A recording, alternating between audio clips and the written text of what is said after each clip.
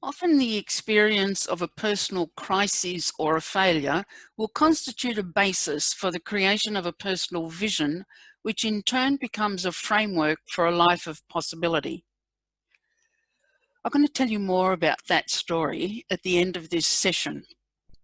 But what I want to share with you now is my story, some of my own evolving leadership consciousness, several of the awakenings that have occurred over the last 20 years in particular, and then more recently how I'm seeing this ties to the significant changes that are occurring as a result of the COVID phenomena.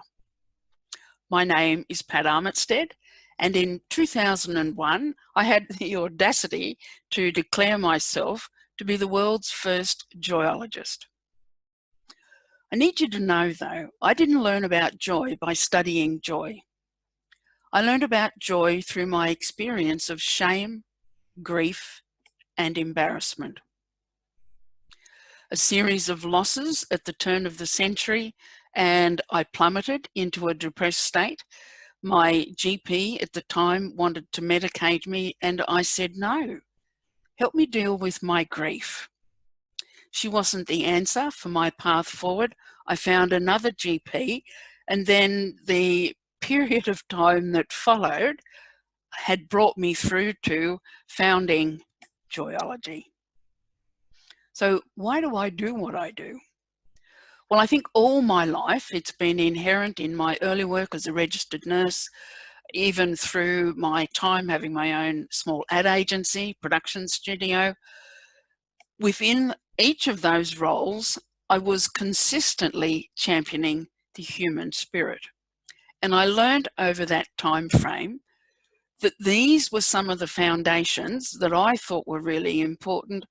And I discovered along this pathway, I wasn't the only person thinking that.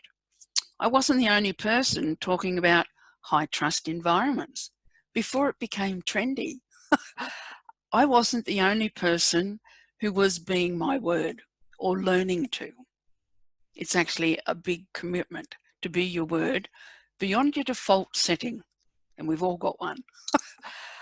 I was personally committed to healing others, especially in those early years, but even now in the last 20 years, the same. We can't step forward into a future life unless we have healed some of those things that have caused us deep wounding in the past, because life events will trigger us and we won't be at optimum productivity. Building empathy and fostering compassion, I think I really developed mine all those years nursing, but there's been an inherent intention, I think. Did I come in with an open heart space? Certainly the loss of my first child brought me into a real appreciation of the pain and suffering that someone experiences from a loss of a child, and the enduring nature of that. We don't grieve for a time and then get over it. Grieving is a part of life, and it informs us. It enables us to find joy in life again if we will step onto the path of that grieving journey. It's been about the consistent practice of integrity, holding ourselves in a place of integrity and being able to hold that even when no one's looking. And the things that come into our lives when we do, there's something in the way we hold ourselves, our very countenance, that lets people know, hello, I'm in the presence of somebody here, and they want to know more. And so we embody it, I guess is the word I'm looking for. Really harnessing skills and talent. I know all my school years I was a prolific artist. I painted and painted, and all I wanted when I finished school was to go to university and study art. Well, my mother had other ideas. She said, well, that's lovely, dear, but I really think you should be getting a proper job. And so it was that by default, I ended up nursing. and I don't regret that now. But it took another 16 years before I even approached anything that was halfway creative. By default, I end up with this small ad agency, build that to a full production studio in 2.5 years. And suddenly, not suddenly, suddenly and with intention, I'm accessing a whole range of creative talent. Graphic designing, interviewing people, creating scripts for TV commercials, building scripts for documentaries, business, promotional videos. I interviewed for all of the TV channels for the news, worked for a time with 2020 and 60 Minutes as journalist and freelance for them for some of their programs. So this huge range of learning that happened in amongst that, evolving skills, but also that full creative expression that I'd been seeking all my life. Practices that honour individual progress. I'm going to talk a little bit more about this later on, but seeing the good in people, acknowledging people's progress, and documenting, recording, doing that in a significant way and doing it in the moment. I think that's probably one of the most important things I've learned, to be here now and respond and give accolades now. And to do that, you know, at the checkout, at the supermarket, to do it at the post office, to really be a voice for the beauty and the wonder that you're seeing in front of you. We have got so disconnected to the incredible gift that our life is.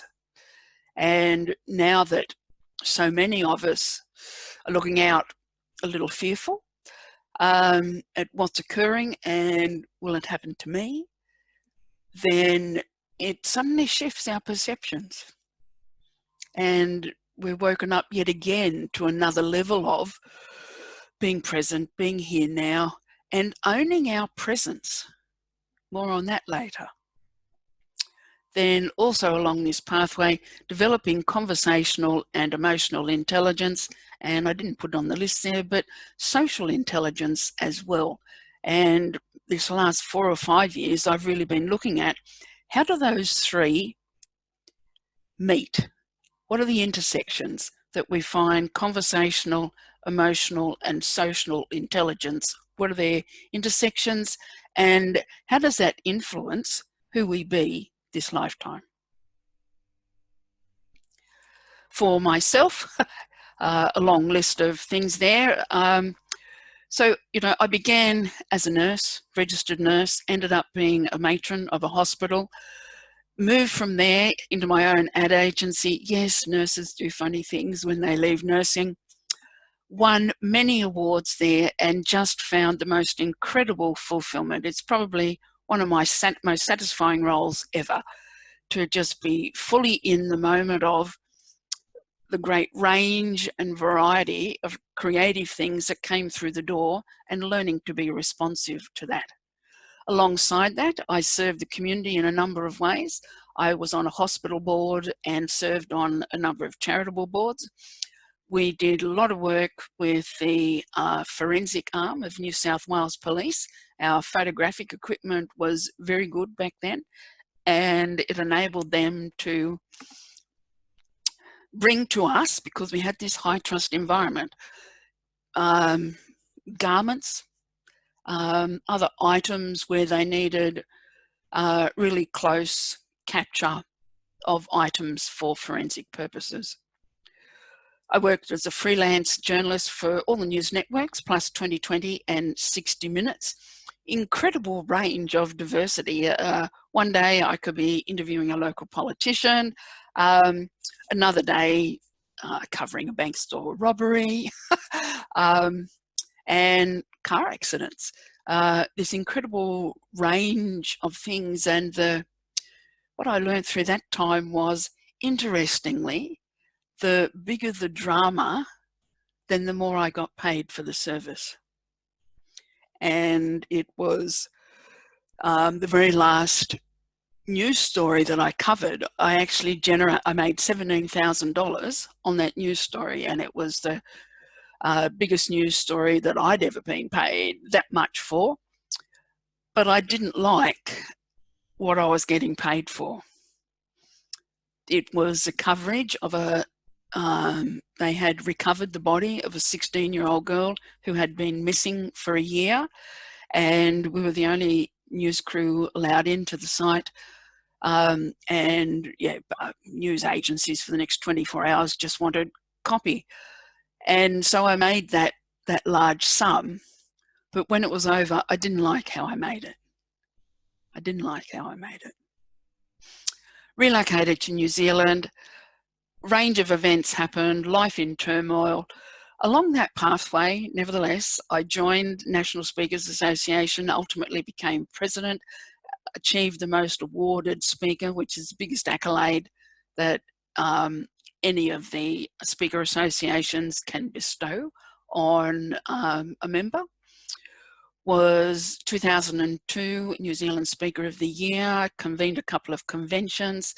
To my joy and delight, toured in 2004 with Patch Adams through Russia's orphanages.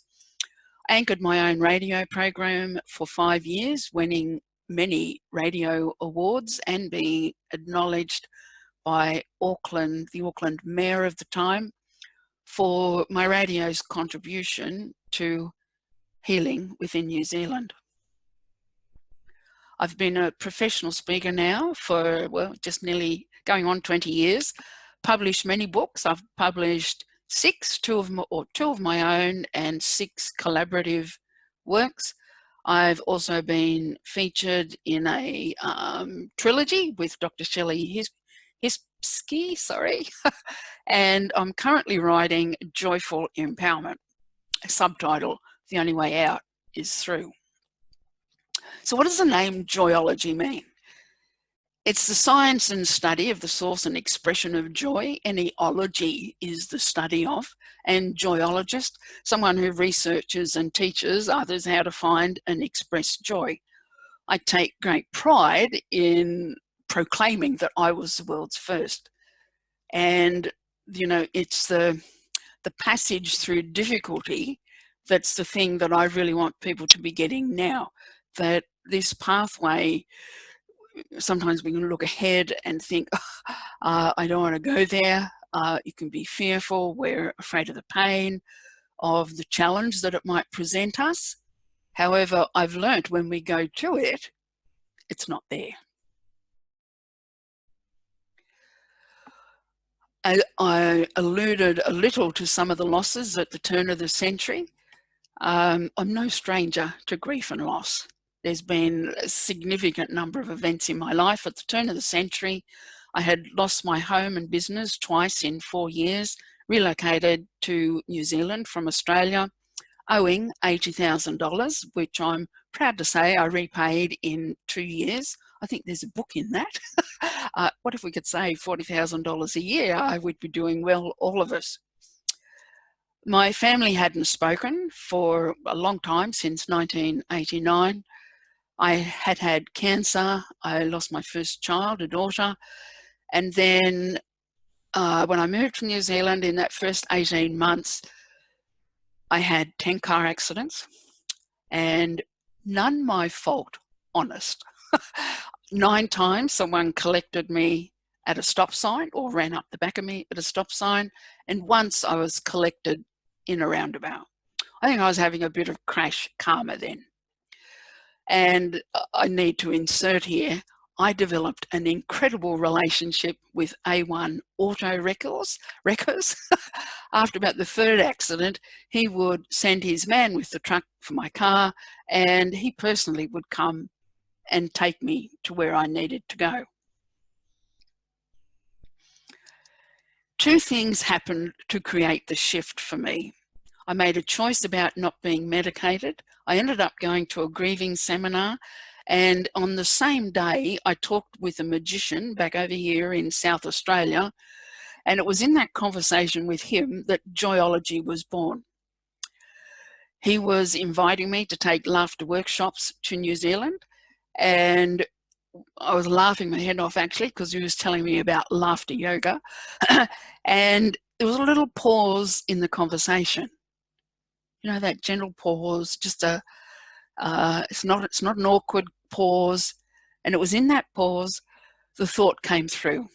Oh my God, we've got radiology, pathology, hematology, but no joyology. I'm going to be a joyologist.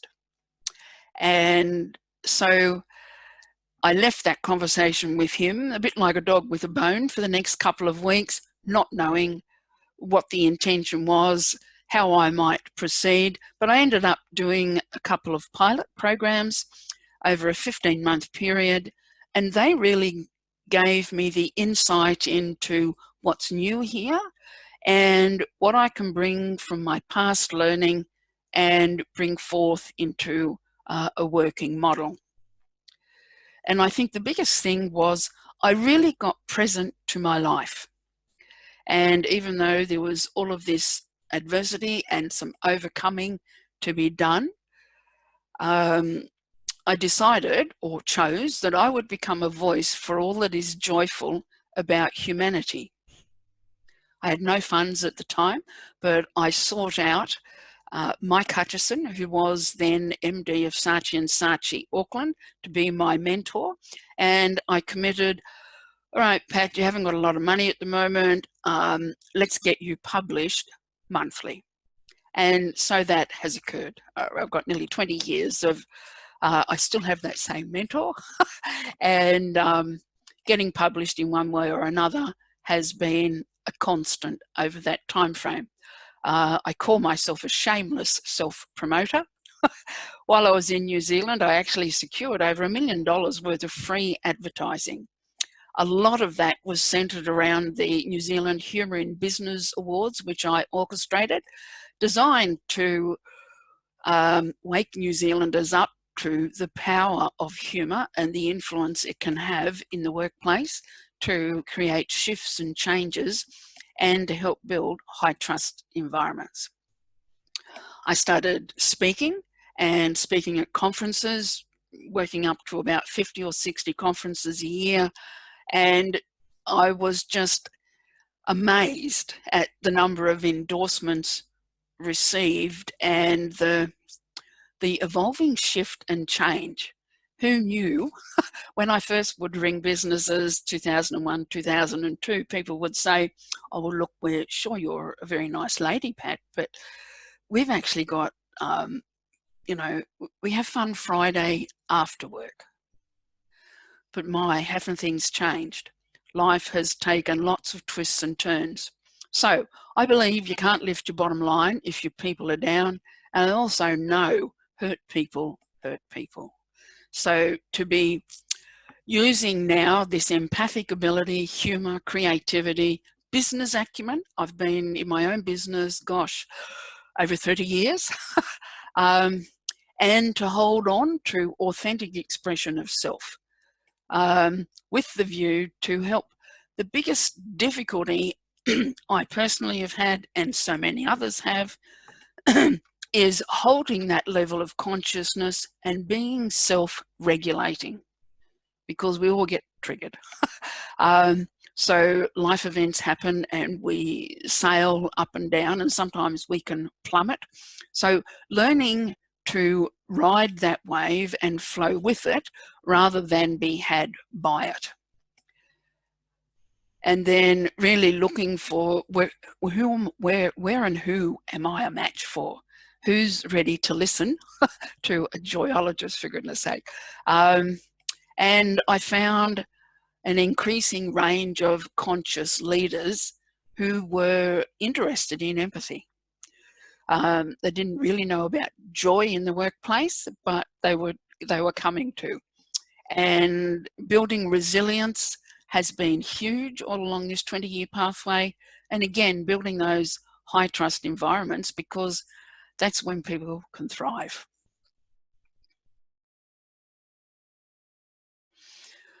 I've been making this statement for a number of years now. Most people have all they need to be happy and fulfilled. But they rarely capture the excitement, the engagement, or the levels of self-expression they deserve to have. Across the globe, the emotional energy of the world is flatlining. And I wrote this before the current event. So this is going to be happening even more, and people will be plummeting as well and needing support to hold the space and not be had by fear and doubt and anxiety and worry. So my life's work, based on my own experiences of moving through all of those states, has been about that constant focus to stay on how do I improve the quality of the lives of others, and how can I bring joy when it seems there's none. A lot of businesses in the early days used to say, not a lot of joy here. And, you know, what's the secret there? I'm not sure, but I know I seem to have an innate capacity to see that, to have a perspective that a lot of other people find hard. But I can help shift that perception.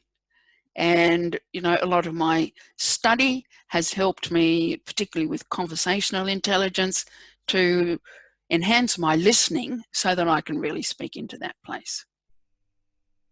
And, you know, now more than ever, as we go through this shift and change, being fully self-expressed and being confident in that place and being able to make a contribution to the well-being of others requires a new expression of empathy, a new understanding of what well-being means, and being present to another, and helping leaders to find that place, because for some it's relatively new. My Joyology logo is based on the monarch butterfly, and the metamorphosis some of you would have seen, you know, the normal passage of how a butterfly emerges from that cocoon. It goes through some transformative stages and emerges unrecognizable compared to what it looked like at the very beginning. So in my logo, coming back to the image there, just want you to note that the butterfly actually emerges from the word joy. So I want people to see joy as an emerging process. Perhaps one of my very early experiences of joy in the workplace was going to university, and somebody explained the Krebs cycle and suddenly I got it. And it was just, you know, that joy of, it wasn't intentional learning, it was just a moment that occurred, and it changed everything. Changed all of my perceptions around how the body worked. I was so grateful that now I really could understand diabetes and other conditions, all because of this one explanation that really landed. So the logo's representative of a metamorphic space. And what I want to bring to your attention now is all the constituents for that emerged butterfly, that beautiful vision, is contained while it's in the cocoon and a gooey mess, if you like. Everything that's needed is there. Nothing is added. The thing that happens is the transformation inside. So there's just this, the whole arrangement of all of those constituents is changed at a cellular level, and we have this emergence of the beautiful creature. So why am I connected to the monarch butterfly? Back at the turn of the century, my partner of 20 years left with another woman. And some 3 months later, I woke one morning and I'd lost the pigment out of my skin up to my elbows, and there was a butterfly-shaped mark on my chest. When I looked in the mirror that morning, I remembered Patch Adams' story, where he stands and looks out over where he's going to build Gesundheit, and a monarch flies from his briefcase and lands on his chest. Some 18 months after I had discovered that marking on my chest, I actually toured with Patch Adams. So there are some moments that occur that can have real deep significance, and we don't see them until there's been a passage of some time. So I believe joy often comes from this struggle to emerge, and I call it joyful empowerment. So that's the journey I take my clients on. I know now, especially the last 20 years, that words can make or break a relationship. My partner said to me on parting back then, "No, I don't love you, and I never loved you." And in that moment, I thought, if that's true, then everything I've ever known is not true. And I disintegrated. So my journey from that point forward has been my reintegration. And one of my commitments has been, I'm going to be a voice for all that's powerful, but I also want my words to be a balm. I want my words to be a balm, because our language has a huge power to heal others. I met a man by the name of Dr. David Martin, who features in the documentary Future Dreaming. And this statement that he said to me resonates through to this day. He said, "Pat, the prayer of the flower might be, make me so compellingly beautiful that the hummingbird, the butterfly, and the bee find themselves a place to land on me." I have cards made up like this, and I give them to every client, because when we concede in someone else the beauty and wonder that we see, they can begin to take it on for themselves. A key distinction, just summarising some of that, like the monarch, everything we want and need is already here. We just often don't have access to it. We're just not sure. We find it difficult. It's like, well, I'd like to think of something new, but hey, it's just not coming to me. So being able to shift our perceptions or have others who can facilitate that, I think a big role of our leadership moving forward is going to be in that process of facilitation. So to be more agile, I've learnt this last 20 years to be more agile by studying improv acting.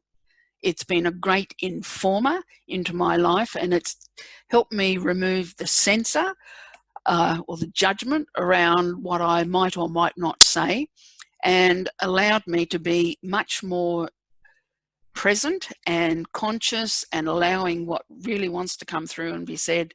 And it's given me access to some inherent gifts, which was kind of held back before that because I was being polite. So honouring the good and seeing people's great. And we've not used this word in the workplace a lot up until now, but I think it'll come through big time. Come from love. See people as, honour the good, see people as great, come from love. The old model had a bit of a chasm. Everyone will have had an experience of it, them and us, and oh look, I left out an apostrophe. The new model will be inclusive. It will be founded in high trust environments. It'll be a model of safety, care and empathy, and it'll cater to real human needs. The importance of that is, I think, evident to us all. It's like never have we, all of us, all of humanity, been on a level playing field, and here we all are now in front of each other, vulnerable in all of our various ways. So we're going to be seeing people in a light that we've not seen them before, and that beckons us now to be inclusive. conversational and emotional intelligence and social intelligence, positive psychology, epigenetics, intuition, intimate communion. Patch Adams taught me that word, intimate communion, on my tour with him. These men listed here have been great informers for my journey since 1995, actually. They all were emerging in that period, taking a bigger place in the world. Patch with his Gesundheit and his global tours, bringing the compassionate clown out into the world. Howard Gardner with his multiple intelligence. Dr. Madan Kataria with laughter yoga. Who knew we would need to learn to pretend laugh in order to laugh properly again? Who knew that was coming? Well, obviously he did. And there are now thousands of laughter clubs all around the world. Martin Seligman, 1995 again, the turn of that previous depressed model of psychology shifting over into positive psychology. Daniel Goleman, the emotional intelligence, and Bruce Lipton with the epigenetics. So, it just really today hit me again. It's like, look at my journey this last 20 years. I've been very much informed by what these people have had to say and do in the world. I've taken on and integrated what I wanted to into my own practice. And here we are now, ready for, it's been bandied a lot, but I'm going to use it, unprecedented change. And we've been prepared. That's what I'm really getting. We need to really connect with those things that have informed us, and we can harness them at another level now moving forward. I'm also cognizant of just how much grief, loss, and trauma is sitting out there, and there's more to come. I listened to a statistician about 30 years ago at an event, and a 1-hour presentation, probably one of the most boring I've ever listened to. And she talked of all the possible things that statistics could be held on in relation to health and well-being in Australia. And about 20 minutes into the conversation, I got something. I looked around the room and I thought, I get it. There's about 100 people in the room. They were all women. And I just really got everything that person was talking about is present here now. Someone will have breast cancer. Many will have lost a child. Many will have had other different types of cancer. Someone may have had a snake bite. Someone may have had a family member resuscitated. Somebody may well have drowned. On and on and on she went. And I just saw that this is all I need to know now moving forward. This passing parade of humanity that's coming before me, people who sit in a room at a conference, those I pass in the street or in a mall, this is their experience of life. And it's just helped me hold another level of awareness of how people might be. I don't have to know all of their stories, just know that any of those possibilities is so. There are some other darlings. Brene Brown, of course, has informed us a lot this last 7 or 8 years. What a gem that she has suddenly now appeared. Jacinda Ardern, New Zealand's Prime Minister.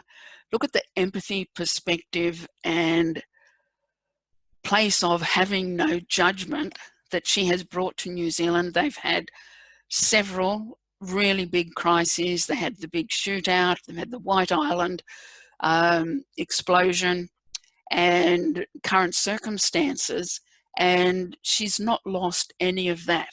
Of an evening, she gets home, she's there in her track pants in her house, and she talks to the nation.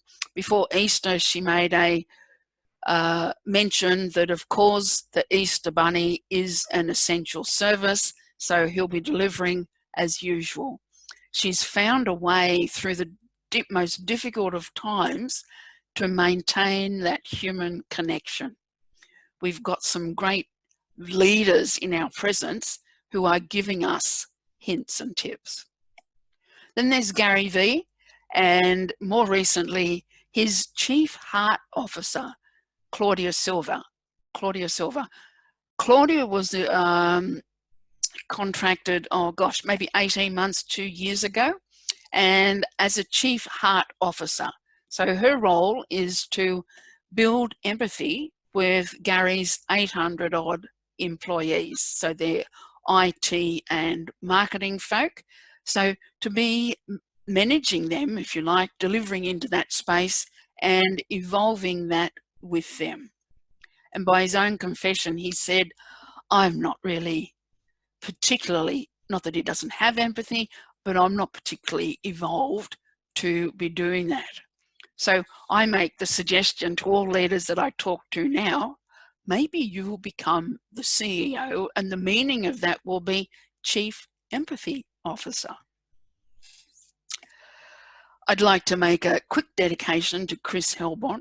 In 2006, I did a program with Kensington Swan law firm in New Zealand, 5-year program, Client Intimacy.